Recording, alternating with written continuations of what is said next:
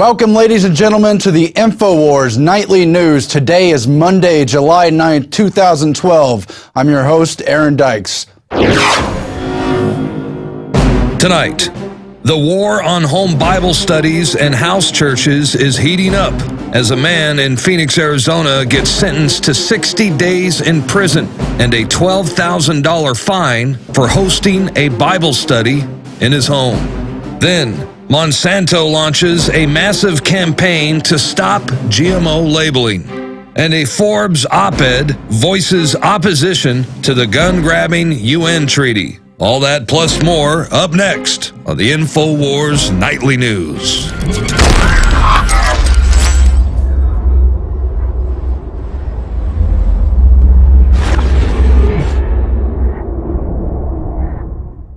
Tonight up in news, it's another order for more control in a time of crisis. Specifically, Obama, the man known as president, has issued another executive order seeking control over communications during a crisis, updating existing orders, updating his own previous orders during his term, and following up directly on the report that came out just 2 weeks ago that DHS would issue cell phone presidential alerts over mobile phones mandatorily on all carriers.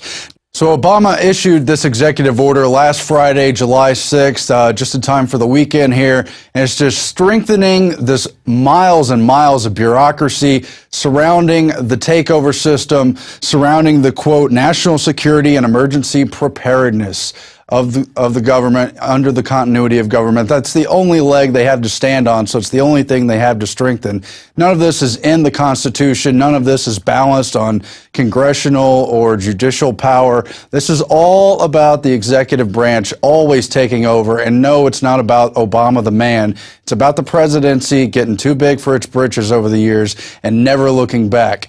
And so you've got things like the resilience of the architecture, redundant communications, ensuring that the president and the executive branch could stay in contact with all other entities of government and society in the instance of an emergency, including special preparations for the Secretary of Defense and Homeland Security to make sure all these things are implemented, very rigid and redundant, as I said. But it also includes the ability to satisfy the priority of communication requirements through the use of commercial, government, and privately owned communications resources. This is a takeover, again, not just of government communications, but of privately established communications. That's why they're doing the cell phone alerts. That's why they've strengthened, just in this last year, the EAS, Emergency Alert System takeover, forced all the radio stations to deal with it. And they even have a clause in here, not only about the Joint Industry Government Center, yes, a private-public partnership, but the activation or deactivation or closing of radio stations. And I checked, this is in previous legislation going back at least to the 80s, but in the event of an emergency, the government will not only take over communications, but potentially shut down voices you may be quite familiar with hearing. That could be so-called right-wing talk radio. It could be Alex Jones. It could be any of us on the web. So let's look out for the power that's being handed down through communications for the federal government to take over in a, quote, emergency, which is increasingly defined as almost anything. Alex has been covering this for years. Let's go to a key video he issued on the emergency alerts takeover system right now. This is a test of the emergency alert system. Executive Order 10,995 allows the government to seize and control the communication media. Our nation is at war against a far-reaching network of violence and hatred. Training camps have been struck, leaders eliminated, plots disrupted. And all those involved in the attempted act of terrorism must know you too will be held to account. Think about it. 15 years ago, we allowed the federal government to hardwire emergency takeover systems of all major communications and media in the United States. Now the federal government's coming out in the open and admitting what was already in their internal documents, that they're going to begin having federal break-ins over local news. If this has been an actual alert, this message would contain specific information on the watch or warning being issued.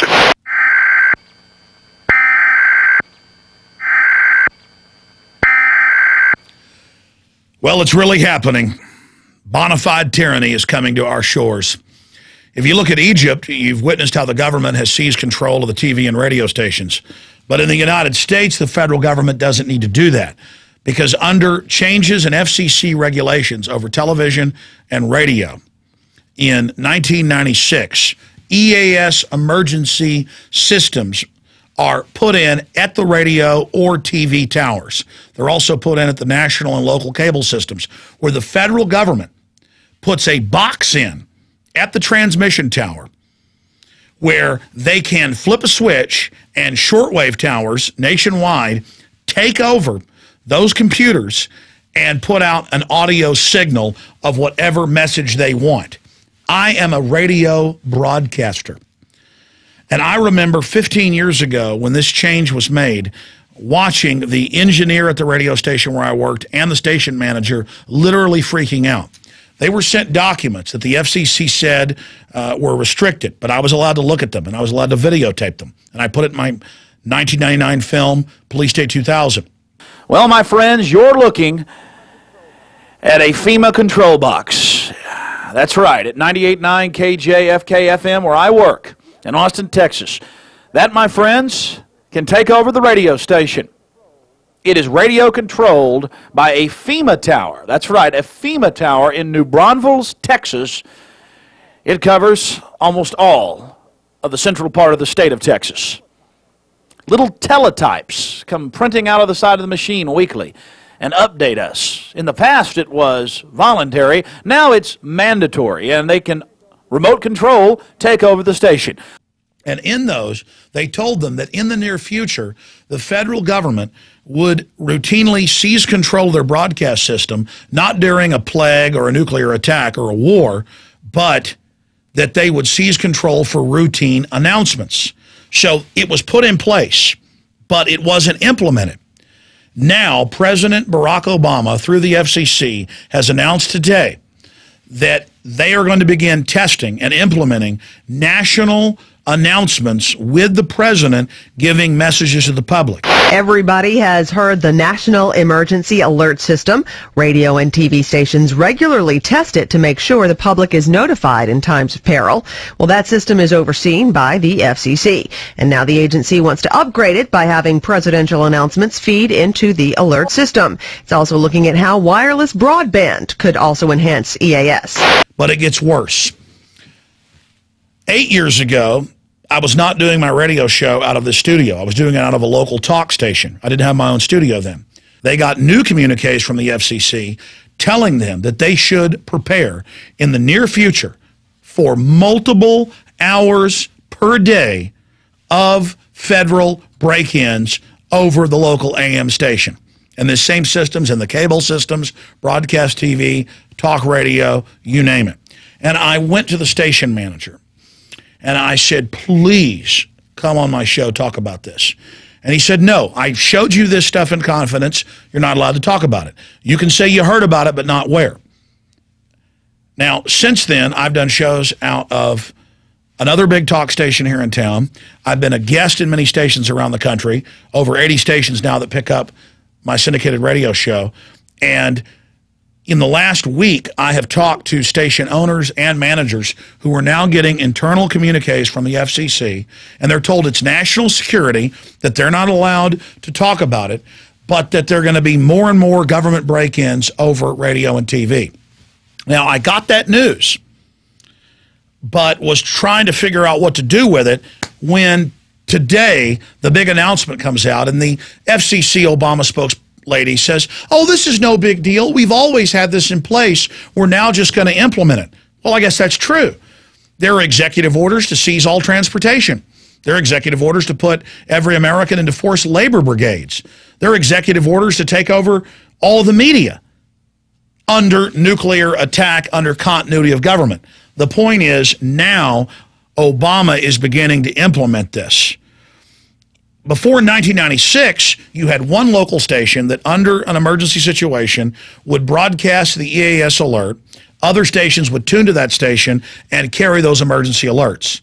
No country in the world, not communist Russia back during the Soviet Union pre-1991, not Ceausescu's Romania, none of them had actual boxes in the radio and TV stations that would take over the entire transmission. These are wired in under regulations to the broadcast towers and at the studios. Everything by law, and I've watched the engineers complain and bitch and moan for years, has to be wired through these, and it causes all sorts of problems. They have to do weekly checks randomly where the federal government tests the takeover of the station to make sure it's in place. This is happening in America right as we go into a depression, right as foreign banks loot our country, right as they try to start new wars in the Middle East. Do you see what's happening? But it gets worse. FEMA began to put out press releases last year saying, you know what? We're going to have digital license plates across the country that have most wanted videos popping up. It'll be an LCD screen. And we're going to give you government announcements over those. You know those billboards we put up for Amber Alerts with kidnapped little kids? Now it's going to be report illegal guns, report terrorism. They're putting in these giant telescreens at these 9,000 locations, Walmarts, malls, you name it, saying, don't trust other shoppers. Don't trust your neighbors. Only trust Big Brother. Only trust the government. Napolitano comes and inserts herself at the Super Bowl, has the TSA running checkpoints with local trained goons actually doing frisk and feeling people up. We're going into bondage. And now, in the midst of the accelerating global financial meltdown, the White House announces and says, oh, it's no big deal. We've had this on the books for years. Yeah, martial law plans for years. We're going to start testing the voice of Obama, breaking in on the media. And they're announcing that Xbox video games and other systems are going to have government announcements that pop up. Cass Sunstein, the regulations czar, has said that they want pop-ups on websites they don't agree with government messages. Google's already testing this where it tells you, ooh, look out going to this site. This information's been proven to be wrong. The internet kill switch, the cybersecurity takeover, it's all happening. They've got new FCC rules where all the alarm clocks and televisions have to have hardwired chips in them so they can fire your television or radio up and make you hear announcements in the middle of the night. They've also announced in this new press release that, oh, the FCC and the federal government are going to put in free national broadband that we pay for as taxpayers, but it's going to be under our filtered rules. In the free broadband in Europe at the bus and train stations, guess whose websites are censored? Infowars.com and PrisonPlanet.com. What did Google announce 2 weeks ago? That they're going to start censoring and blocking out from their searches content farms like the Drudge Report and Infowars.com. That is, sites that aggregate news and make comments on news. This is a full spectrum takeover of the media in our country. This is an attack on free speech. This is literal government messages on digital billboards, at checkout counters, on your license plate, on your cell phone, on your pop-up video games. This is the federal government coming in and forcing their messages directly into the media because the population doesn't buy into their propaganda anymore. There has been a continuity of agenda. This has been going on for decades. They've been setting the system up. But now they're rolling it out, and that's the message here. What does it say about our society? This is unbelievable. This is the Fairness Doctrine 2.0. This is authoritarian censorship by way of government break-ins with announcements. No country's ever done this. This is beyond 1984, and it's really happening. Do people realize the magnitude of this? And in America, supposed land of freedom, I'm getting frantic calls from station owners and managers as they're being told to get ready for all this to happen in the last few weeks, and going back 8 years ago and going back 15 years ago. When I get these documents as they put this system in place, the station owners are afraid to speak out. The station managers are afraid to speak out. Why? Why? We need to say no. This is a free market, free private property society. In the name of security, the government is hardwiring everything so they can take it over? Egypt, anybody? This is worse than what happened in Egypt. That's what Mubarak did. But he didn't have it hardwired. He physically had the army go take it over. This is as plain as the nose on my face. This is brazen, naked, hardcore, scary tyranny. And when I saw them announce this, even though I knew it was coming for all these years, it shook me to my very core, and it should shake you. When they put tyranny in place, they can take the pension funds, the veterans' death benefits, that's already begun. They can jack up taxes. They can shut down newspapers, TV, radio. The last time this happened was during the Civil War. Lincoln did similar things, arresting scores of newspaper owners and editors. This is here. The globalists have committed so many crimes. They know they're unpopular with the people. They know Congress has an 11% approval rating, and so they are moving with a system to force their propaganda onto all private media in this country. And it's going to start with little short announcements, and it's going to move until huge blocks of programming are openly taken over by the government. If we don't have free speech and the First Amendment and a free press in this country, we have nothing. The internet has been a wonderful tool to enlighten and inform and awaken the masses. But it's also a double-edged sword created by DARPA. Electronics, computer chips are so cheap, everything is being wired for the federal takeover. This is announced. This is a fact. We are entering a time when you're not going to be able to access Infowars.com and other alternative sites. We're already being blocked all over the world. They've already got the system in place, and that's scary enough. But if they send up this trial balloon and we go along with it, they are going to implement the full takeover of the media. Whether you're liberal, conservative, libertarian, communist, socialist, it doesn't matter. Atheist, Christian, all media is under attack. We must come together and resist this. We must say no to this. This is a major canary in the coal mine. This is a full spectrum takeover of the media. Let's not let them pull that switch. Get the word out to everybody. I have been having chills for 3 hours since this announcement came out. I knew the hammer was going to drop, but this is so incredible. We've got to hang together for the First Amendment, or we're surely going to hang separate. Thank you. The rest is up to you. Please spread the word.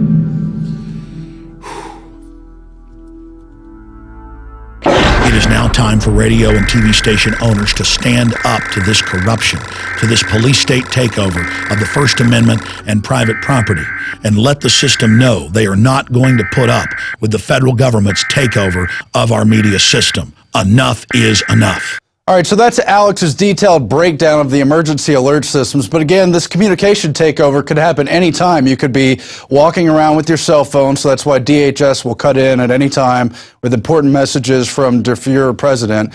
But you could also be driving when an emergency happens. So we wanted to show you what it would look like in a real emergency situation takeover. We have some footage of that right now.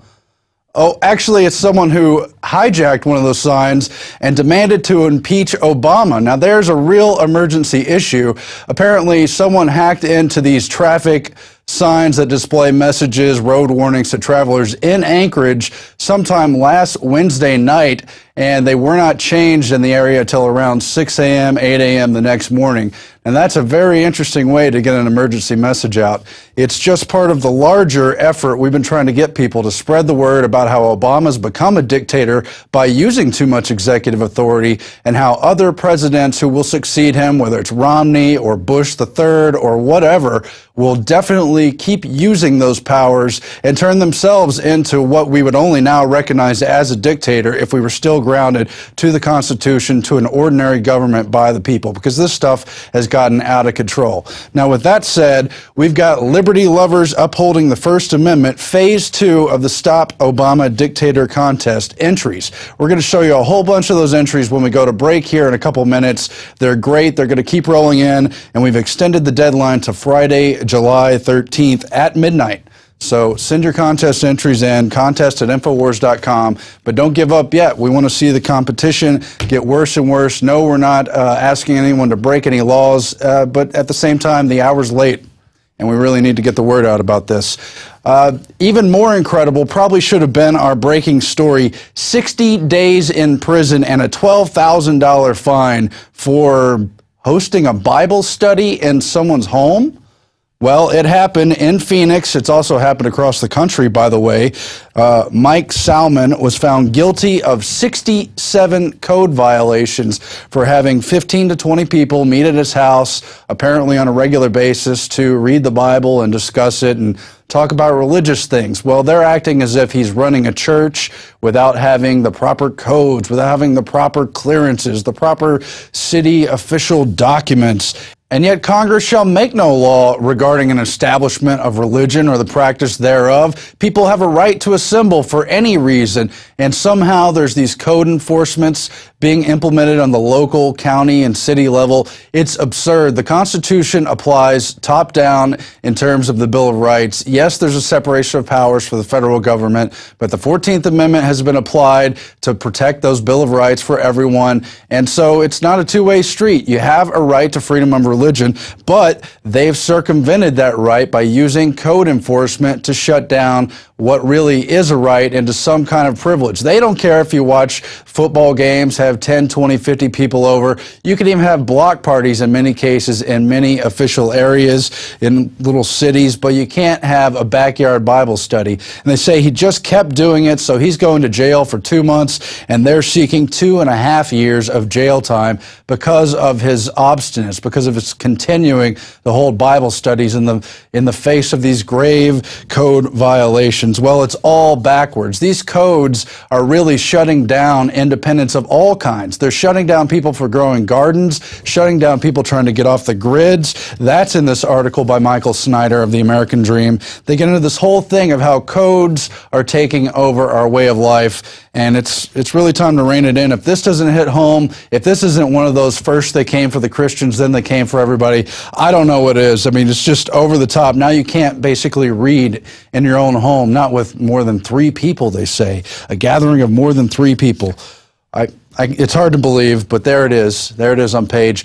Meanwhile, in Maine, Governor LePage has called the IRS a new Gestapo. He's blasting the health care law and the IRS's role in implementing Obamacare, taxing and collecting fines for those who don't enroll properly, and uses these terrible terms like Gestapo. You can't talk about Nazis. You can't talk about how the American system is being degraded and we're becoming more and more of a collectivist society, just as the Nazis were one part and parcel of. No, you can't say that, says the Maine Democratic Party Chairman Ben Grant, who said, "We've come a long way and we've expect a bunch of nonsense from LePage, but this is a step too far. There appears now to be no limit to the extreme language he will use to misinform and insult people. He demands a full apology for daring to invoke the name of Gestapo because the real victims of the Gestapo. But let's not stop our own country from slowly fading away and really rapidly fading away into a similar system." Well, the Governor LePage did not take it lying down. He was put into office by all the Tea Party people and really has been against this health care thing for a long time. So how dare him speak against it when it's finally backed by the Supreme Court and basically shoved down our throats. The governor finished his radio address for outlining ideological opposition to health care law, which he said raised taxes, cuts Medicare for the elderly, gets between patients and doctors, costs trillions of taxpayer dollars, and kills jobs. Even more disheartening is that a reviving American dream just became nearly impossible to do. We are now a nation which supports dependency rather than independence, LePage said. Instead of encouraging self-reliance, we're encouraging people to rely on government. Oh, but that's extreme. You can't say Gestapo. Or is it? It was just last week, it was in the Daily Caller that the USDA wants to combat, quote, mountain pride and make sure they enroll more and more people on food stamps. Yes, they're literally going around to communities and encouraging people to get on the dole, to sign up for food stamps, explaining to people not already on the system that they need to sign up for food stamps, that they're eligible, and that they should get over the pride of thinking they don't want government to support them. And it's this whole mind shift from you try to live your own life, liberty, pursuit of happiness, you're basically free, you have a limited government to fight those external threats, blah, blah, blah, war. Now it's the government in 2012 encroaching on all your life. They demand your health care be taken care of through the IRS system, that you be taxed for it, and that they ration your care, decide when and where you will get certain treatments, and you'll just be on the allopathic Rockefeller healthcare system anyway. And you got to be on food stamps now. You can't grow your own food. You can't try to make it as your own as a family, even if you don't have that much money. No, you need to be on food stamps too. And so they're paying their employees through the USDA and the people working with these programs to encourage a greater dependency on food stamps. What does that tell you about the system we're building? It's just incredible. You could call it communism, but it's a larger collectivism and happened under all these dictatorial systems, and they've really brought it here in America, as awful as that is. Meanwhile, the UN envoy admits international efforts to find a political situation in Syria have failed. Kofi Annan, the special UN envoy, who used to be the head of the UN and all these other systems, acknowledged in an interview published Saturday that the international community's efforts to find a political solution to the escalating violence in Syria have failed. So now there's no other choice but basically to initiate a war.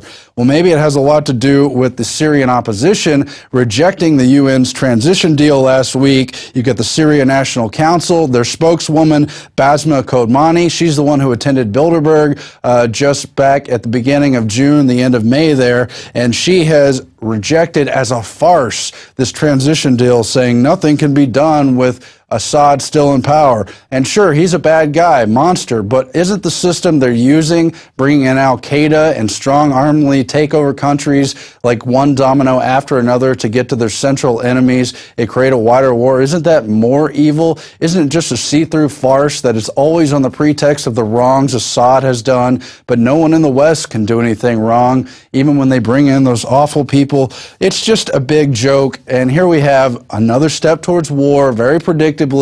They make it appear as if all the diplomatic things have been done. Those channels have been exhausted. No one can agree to a deal. This thing just won't work. And so now we have to look at what can be done to intervene, to save lives in Syria. They care so much about the little people, they just have to get that domino. I don't know what else to say. They've got another defection in the Syrian military. They're trying to say this is the biggest ever and this is going to change the tide. And basically, it's all just a psyop to get Assad out of there and to psyop the public into expecting this intervention, thinking it's a good thing, even though they've done the same game plan over and over. Libya was not that long ago. We'll be back after this at the end of the break. We're going to see those great contest entries. We do need to stop dictator Obama. We need to get ready to stop dictator Romney or whoever else it might be as well. But first, we'll turn towards the quote of the day. More news coming up after this. This is from William Burroughs. He said quite wittingly, "A functioning police state needs no police."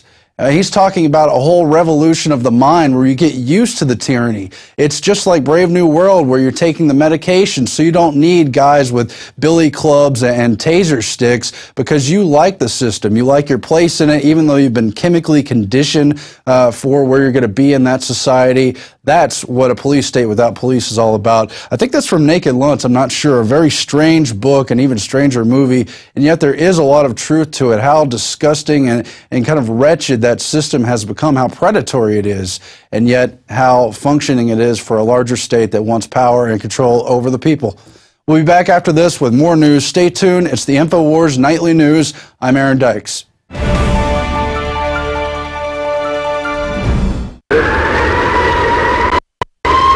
Dude, I thought it was a free state. No, I'm a free state.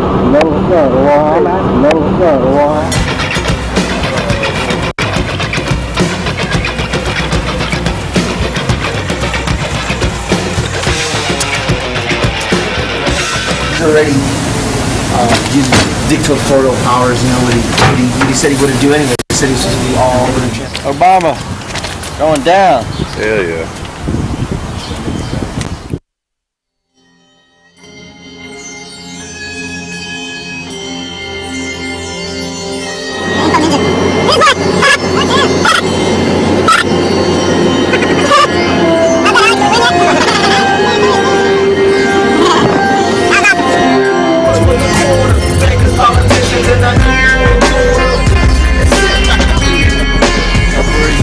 Yeah, the person gives the guns.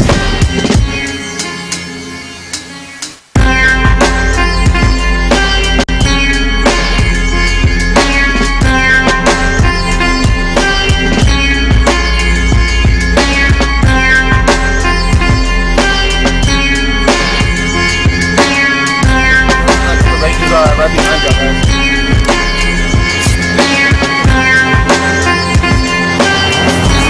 Yeah, that's what I'm talking about.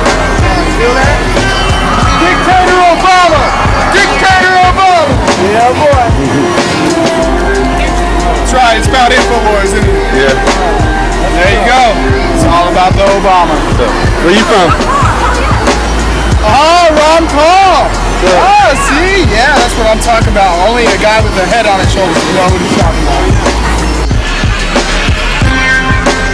I've got 150 posters of Dictator Obama, and I have 100 flyers of my top 10 all-time favorite Obama unconstitutional acts. So let's see what we can do here.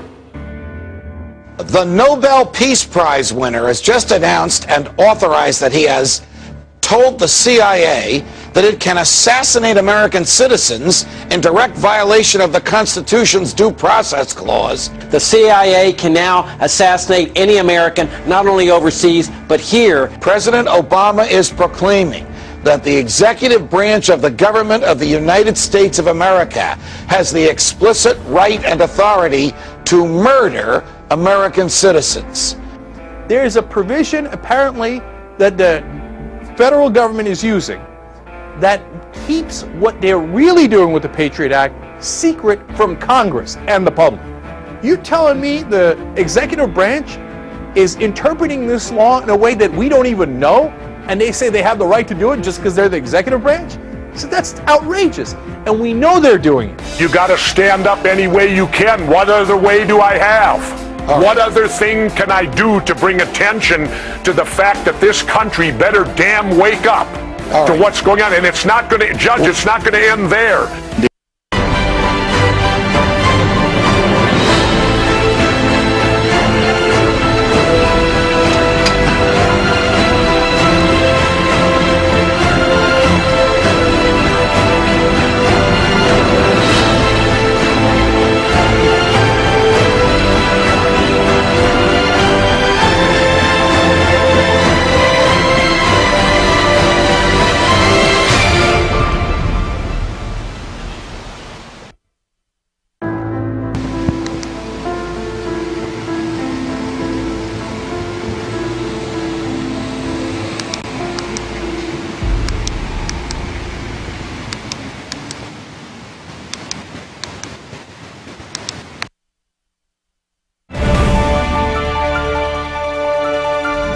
Sick of the globalist eugenicist control freaks adding poison to your water and laughing as you get sick and die? Start purifying your water with ProPure. My friends, I've done a lot of research, and the best gravity filter out there, bar none, is ProPure, and it's available discounted at Infowars.com. Its filters are silver impregnated to prevent bacterial growth. There's no priming required. It's NSF 42 certified. Optional fluoride filters can reduce fluoride up to 95%. Easy to set up and use. Doesn't require electricity. Purify water from lakes, streams, ponds, and wells. This filter system leaves in beneficial minerals, which is key. Save money by not buying bottled water and avoid BPA that leaches from the plastic. ProPure is the best gravity-fed filter out there. It's what my family uses. Infowars.com already has the lowest price on ProPure. But if you add the promo code WATER at checkout, you get an additional 10% off at Infowars.com. You can also call to order 888-253-3139. Hi, I'm Christy Hightower, site moderator on Planet Infowars, here to let you know how patriots like you are talking this week. Have you ever thought about the greatest risk to civilization, biologically referencing? Well, user Rosso has, and in his article, The Greatest Biological Threats to Civilization, he references something like 20 different known biological threats: anthrax, cholera, Ebola, different things like that. He gives you fatality rates, symptoms, how it would affect you, and these are just the ones that we know about, much less ones that might already be developing against us. Then there's an article by In Like Flint, The Universe, Ancient Astronauts in Atlantis. He starts by telling you a story from his childhood, how his fascination with aliens from above coming down and giving us technology from ancient civilizations ago, and how the in the know now are holding this information, withholding it from us. So that being said, it leads me into our last article, Food Stamps, President Obama Wants You on Food Stamps. This is actually a great article for many reasons. Melissa Melton is actually one of the reporters from the reporter contest, And this article was featured on the Infowars homepage, and it's still a featured article. She talks about how skyrocketing food stamp usage during Obama's presidency, something like 100%. She gives great references. She is well-spoken and had a great response to her article. So that being said, we are looking out for great articles, well-written, well-referenced. So keep up the good work, you patriots out there. And that being said, also, some other things on Planet Infowars, you can find the deal of the day, like in the Fed t-shirt. We had that on sale for $12.95 in the sidebar, and that's only on Planet Infowars. Other things like groups that you can join, get active, create missions, meet people in your local area. So keep up the good work. We are paying attention, and thank you so much, Patriots. Till next week.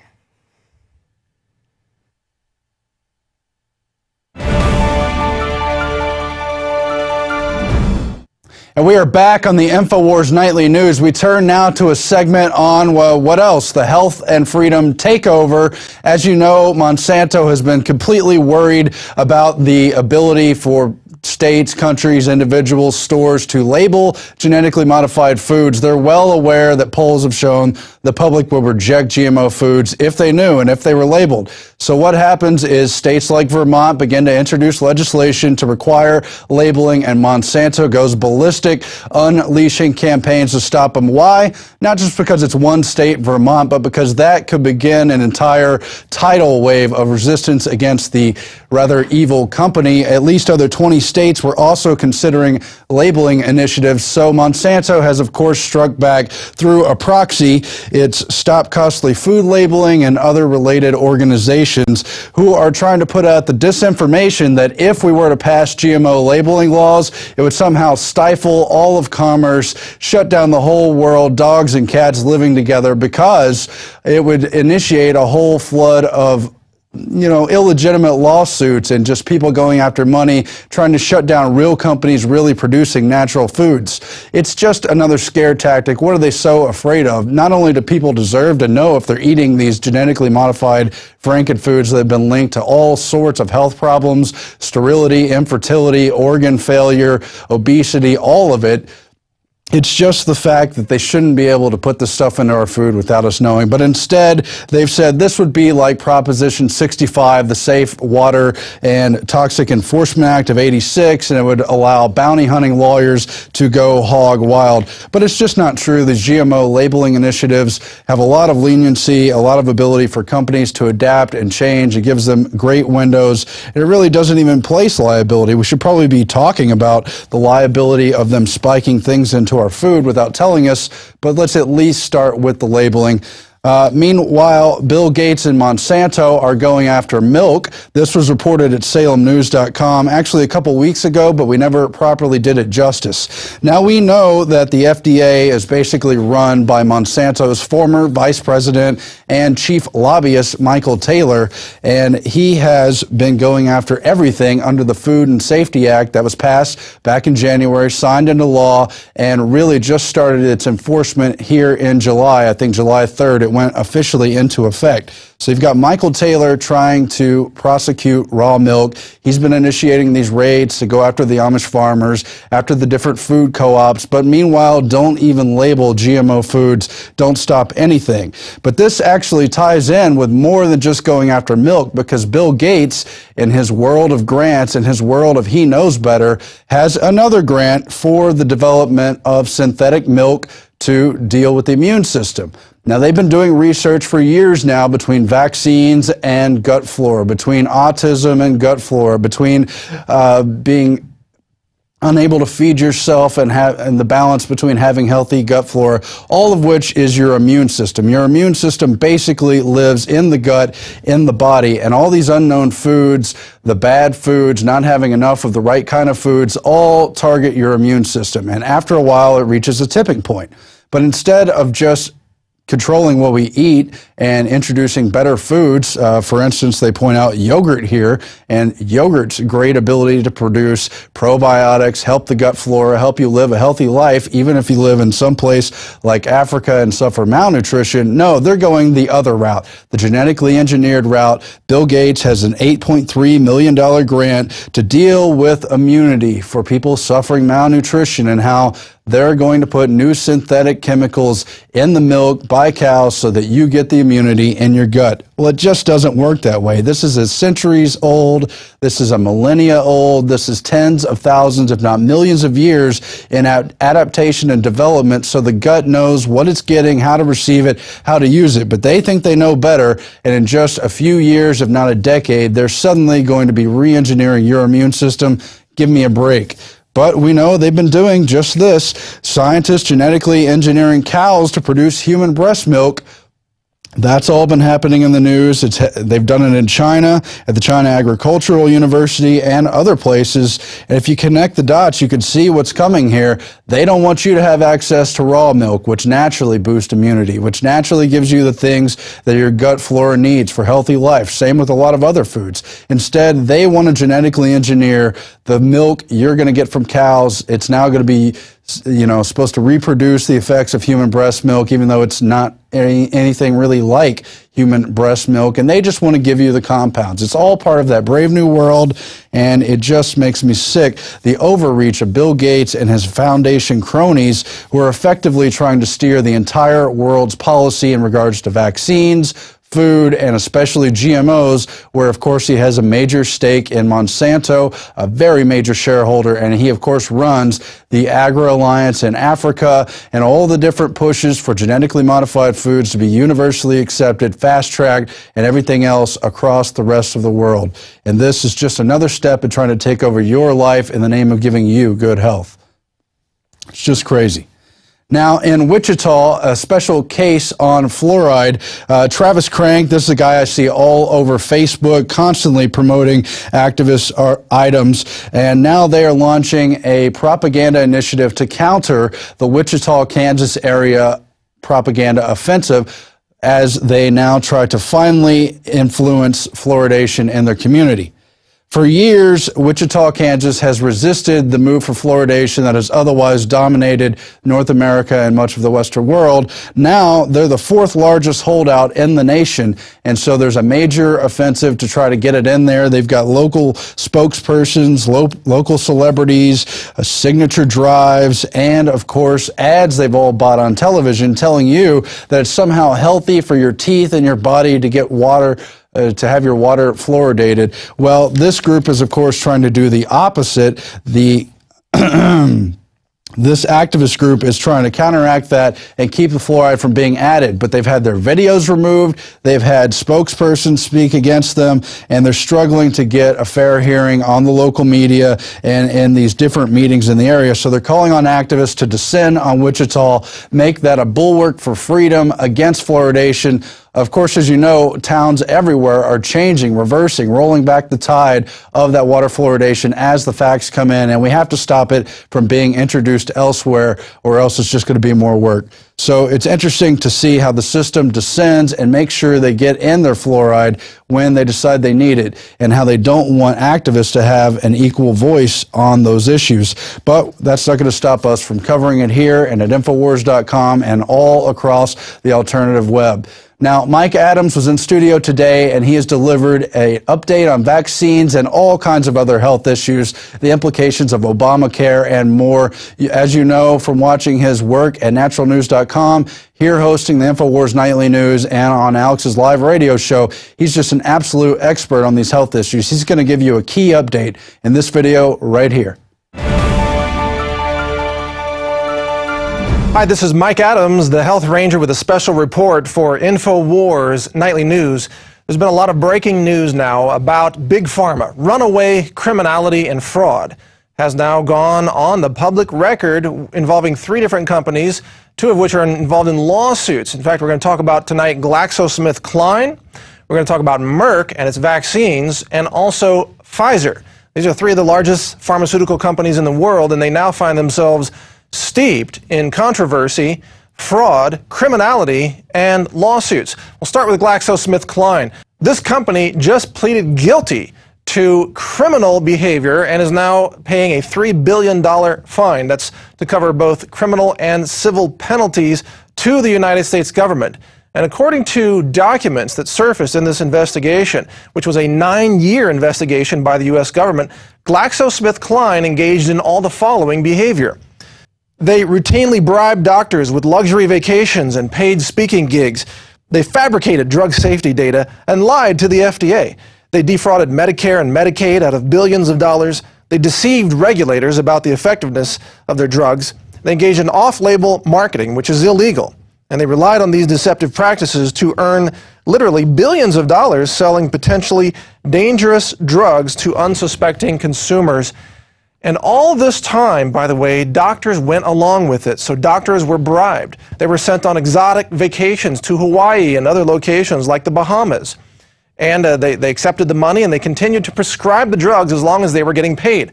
Some doctors were sent on very high-paying speaking gigs where they say, oh, here's $500,000, go on a speaking tour. It doesn't even matter if there aren't any people listening to you on the speaking tour. Here's just $500,000 to just go speak. And by the way, on the side, keep prescribing our drugs too. That's the way it works in the pharmaceutical industry. Now we have proof of that. It has come out, and the company, GlaxoSmithKline, is on the record committing criminal felony crimes. Now, you may ask, well, how come nobody at GlaxoSmithKline is being arrested for this? Why aren't the CEOs being marched and having a perp walk, so to speak, in handcuffs out the building with all the media looking on? The answer is the U.S. government doesn't care about the runaway criminality of the pharmaceutical industry. They literally do not care. Government doesn't want to know about any crimes in Big Pharma. They don't want to investigate. They don't really want to do anything. They were forced into this settlement by whistleblowers who came out. There was just so much evidence they couldn't ignore it. That's the only reason it came to this $3 billion settlement. But in other cases, and now we're going to talk about Merck, the Department of Justice says, we don't want to know about it. We don't want to investigate. We want to just allow the scam to keep going. And this involves two virologists, former employees of Merck, which has a monopoly on the manufacture of the mumps vaccine in the United States. Merck has been granted a monopoly over the mumps vaccine by the U.S. Food and Drug Administration, the FDA.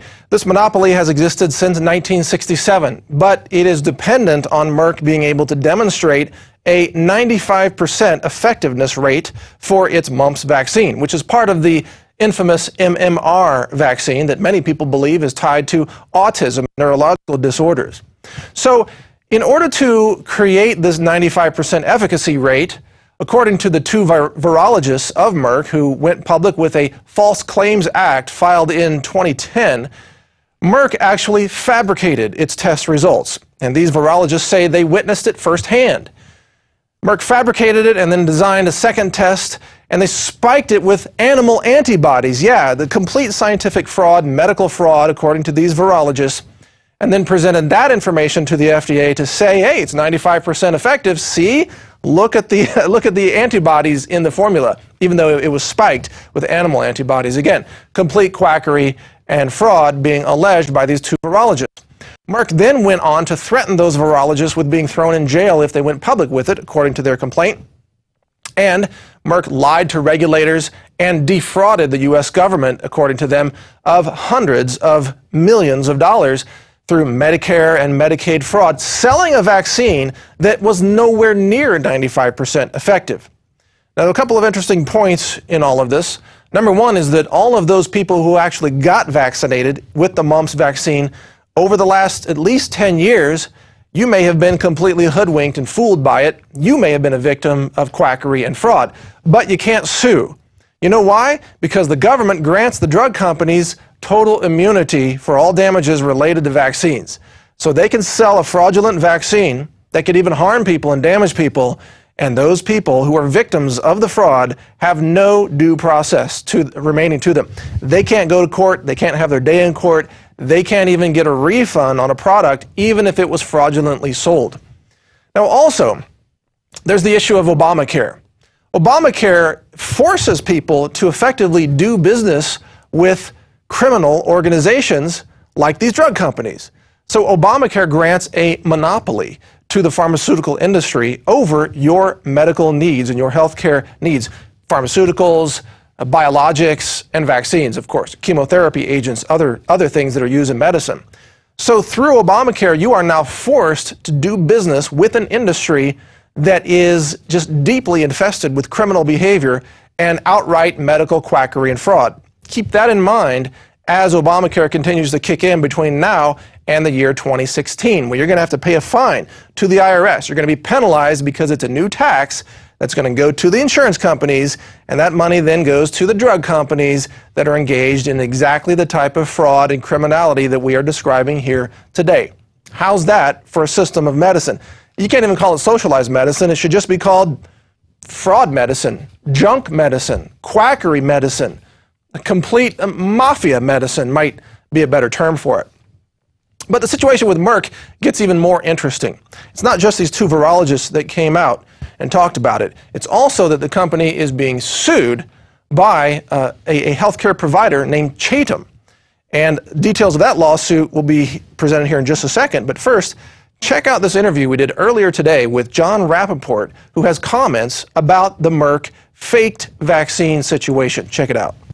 The Chatham Primary Care has filed a lawsuit against Merck now, claiming that they were defrauded by Merck because of a, quote, decade-long scheme to falsify and misrepresent the true efficacy of its vaccine. Says that Merck knows and has taken affirmative steps to conceal that this mumps vaccine is far less than 95% effective, and that this has been going on since at least 1999.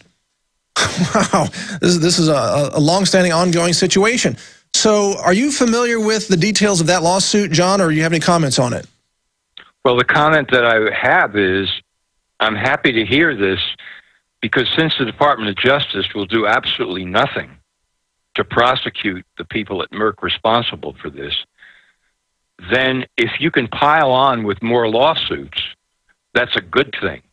If you can get different groups who were actually defrauded, just like this one was, to take them to court and say, well, we were defrauded too, so pay us out as well. Because what this is saying basically, Mike, is if a drug company defrauds intentionally 100 million people, those 100 million people deserve something in return. Yes, at least a refund.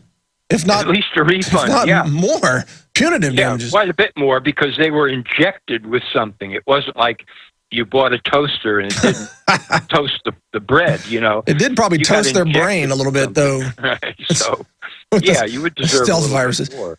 Well, yeah, but see, this is the big picture here, is that there's immunity granted to the drug companies over vaccines. So you can't have a class action lawsuit now. So the government has created a situation where there is no justice for the fraud that's now emerging from the vaccine industry. There is no justice. Well, that's what they did. That's how they covered themselves. The vaccine companies went to the government 10 years ago, a little bit more, and said, well, guys, basically, we're going to get out of the vaccine business because there's too many lawsuits and we can't make any money. And so there were meetings. They sat down in a room and they started to hammer out this whole kind of agreement. And the government said, well, you know, I mean, we got to keep making vaccines. I mean, come on. And the drug companies were kind of laughing up their sleeve. And they said, well, look, if you grant us immunity from lawsuits and you create some kind of hokey little government payout system with a lot of red tape, then we can make a deal. And the government said, yeah, sure, why not? We can do that. And that's what happened. And that's why you've got this very limited window of opportunity to make these drug companies pay for what they do. All right, that was John Rappaport with information about Merck. Now, continuing with the lawsuit against Merck, which has also come out, here's some of the verbiage that's in that lawsuit. It alleges, this is from Chatham Primary Care, it alleges that Merck engaged in a decade-long scheme to falsify and misrepresent the true efficacy of its vaccine.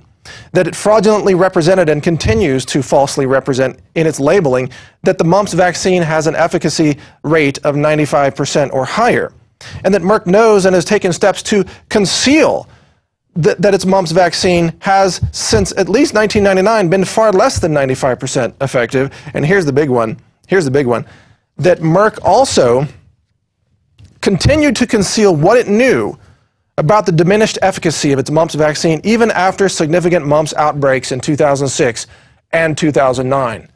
So between this lawsuit and the two virologists who went public with their False Claims Act, they allege that Merck actually contributed to the outbreaks of mumps that were witnessed across the United States over the last several years. In other words, the very company that manufactures the vaccine that claims to be stopping the pandemic of infectious disease, mumps in this case, is in fact the very company that is causing the spread of disease. That's a pretty clever scam, quite a ploy, if you will, to sell more vaccines. You cause the outbreak, then there's a scare about the outbreak. The CDC jumps on board and says, hurry up, everybody go get vaccinated to stop the mumps, and they blame the non-vaccinated children for causing the outbreak, and that results in more parents taking their kids to be vaccinated, which then results in more profits to the drug companies for selling the very vaccines that are based entirely on fraud to begin with. Imagine that happening in America today. But that's not the end of it. There's one more company that's relevant to this discussion here on Infowars Nightly News, and it's Pfizer. Pfizer is now being sued by many of the top retailers, pharmacy retailers in the United States, including H-E-B pharmacies in Texas, by the way. And they claim that Pfizer is engaged in an anti-trade conspiracy of sorts to prevent generics from coming onto the market that would compete with Pfizer's sales of Lipitor. It's hugely profitable cholesterol drug, which sells about $9.6 billion worth of drugs in a given year. Yeah, really, almost $10 billion worth of drugs. No wonder they're trying to keep competitors off the market, according to this lawsuit. So if you put all this together, you've got GlaxoSmithKline now admitting to felony crimes.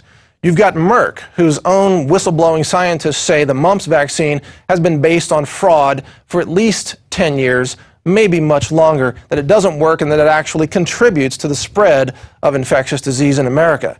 And then you've got Pfizer being accused of anti-competitive, monopolistic, price-fixing, anti-trade practices that's trying to, according to the allegations, prevent generic drugs from competing with its blockbuster Lipitor drug. You put it all together, what do you get? You get an industry of complete medical fraud. It's a hoax. Much of modern medicine today is a hoax, and in fact, instead of helping you, many of those medicines and vaccines just harm you.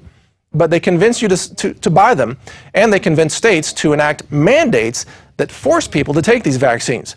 We've got one more segment for you here from another guest, Sean Nimai, who we spoke to today. He's a former U.S. Army medic. He had an experience about how the vaccines are being forced on U.S. soldiers in the military, active duty in Afghanistan in his case. Turns out that an experimental vaccine for the H5N1 hoax pandemic was given to the military with instructions to have it injected into all the soldiers.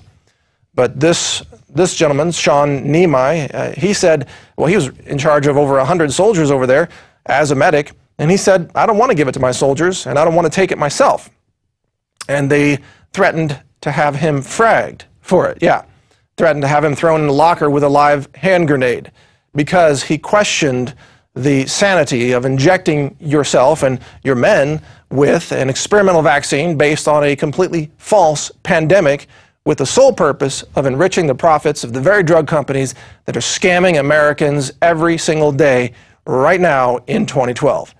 That is what's happening in America today. So check out this segment from Sean Nimai. In 2009, I was in Afghanistan, stationed there for a year deployment with the 10th Mountain Division. I refused to receive or give the H1N1 experimental vaccine at that time. It was received at the time with a little bit of distrust from my chain of command. But once I explained to them that it was an experimental version, I didn't feel safe giving it to soldiers when I didn't even have a pamphlet that normally comes with medications and immunizations. We had no literature really at all. So they just said, here it is, take it, and we're not going to provide any information about it. Just trust us, basically. Is that what they said? It was generic labels on the bottles. All it said was keep refrigerated, and this is the dosage. Wow, that's what we were told about it. So what caused you to have red flags about it? Why would you even suspect the safety of it in the first place? Well, part of the biggest reason that I questioned it to begin with was the fact that there was no literature. I'm kind of OCD about making sure that I read all the literature to all the medications that I'm supposed to give to my soldiers. When there was no literature brought with the vaccines, I requested from the Brigade Medical Services Office, hey, you guys forgot to send the literature with this. And they said, no, there isn't any. Just follow the directions on the labels that are on the bottles, and you'll be fine.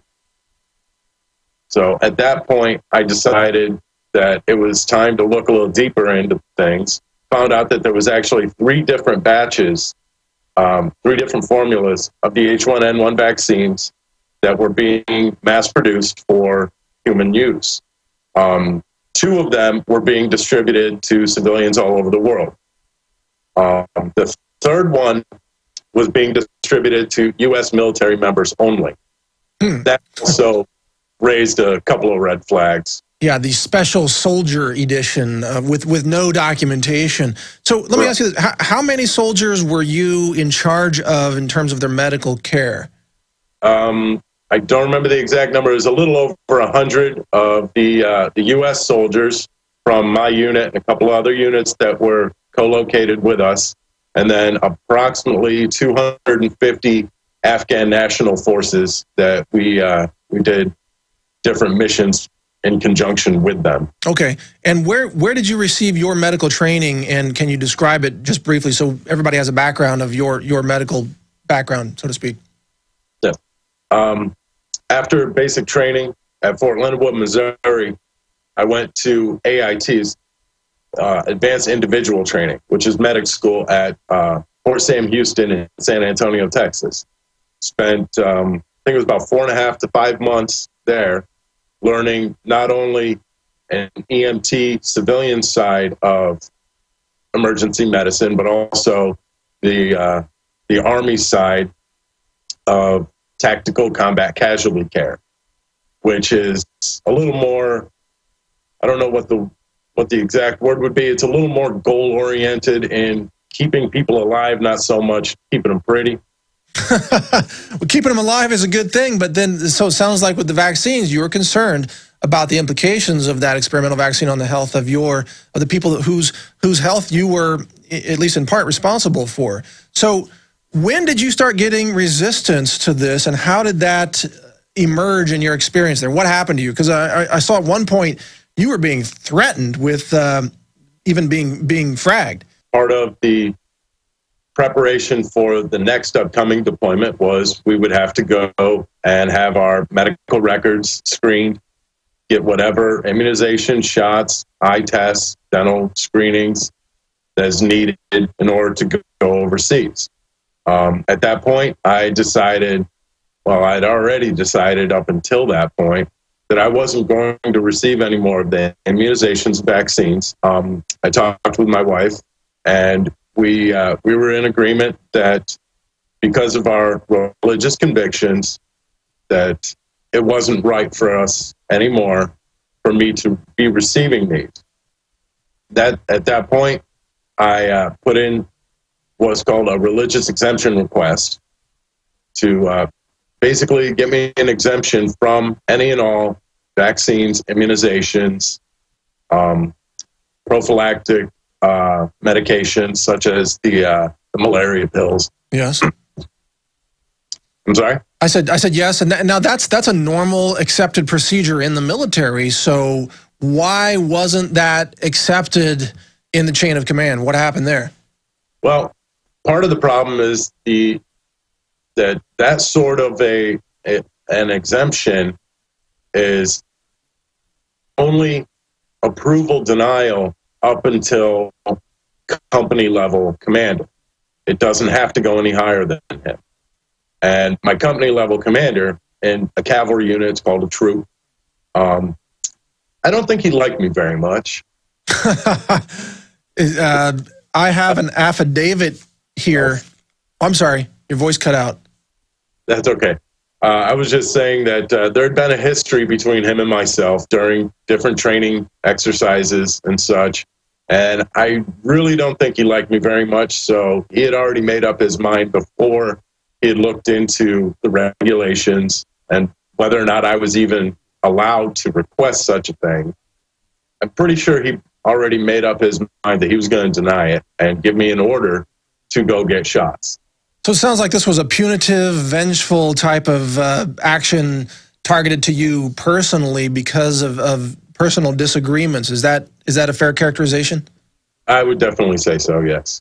And then I have an affidavit here, a sworn affidavit by a Sergeant Medic Team Leader, Anthony Comau, who supports your story and says that this captain began to refer to you as, quote, bacteria man, and said they want to throw you inside a wall locker and throw a hand grenade in with you. Correct.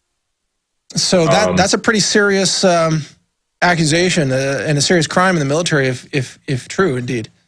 Yes. Even the act of stating anything about fratricide is actually a crime. It's against the Uniform Code of Military Justice. All right, so there you have it. That's a wrap of the situation. We live in an extraordinary time of incredible deception from the big pharmaceutical companies and the vaccine manufacturers. The bottom line in all of this is those of us who were skeptical of the vaccines, we have been vindicated. So if you've been saying no to vaccines, if you've been trying to educate people or even perhaps argue with your ignorant doctor about vaccines, you were right all along. Vaccines are fraud, drug companies are criminals, and they're engaged in anti-competitive, monopolistic trade practices to simply bilk consumers for as much profit as they can get away with. And to a large extent, the U.S. government, now infected with rampant, deep criminality, is letting them get away with it. You're not going to get this report on any mainstream news source, but it is the truth, and it is backed up by evidence. Thank you for joining us here on Infowars Nightly News. This is Mike Adams, the Health Ranger, with a special report for Infowars Nightly News. Take care.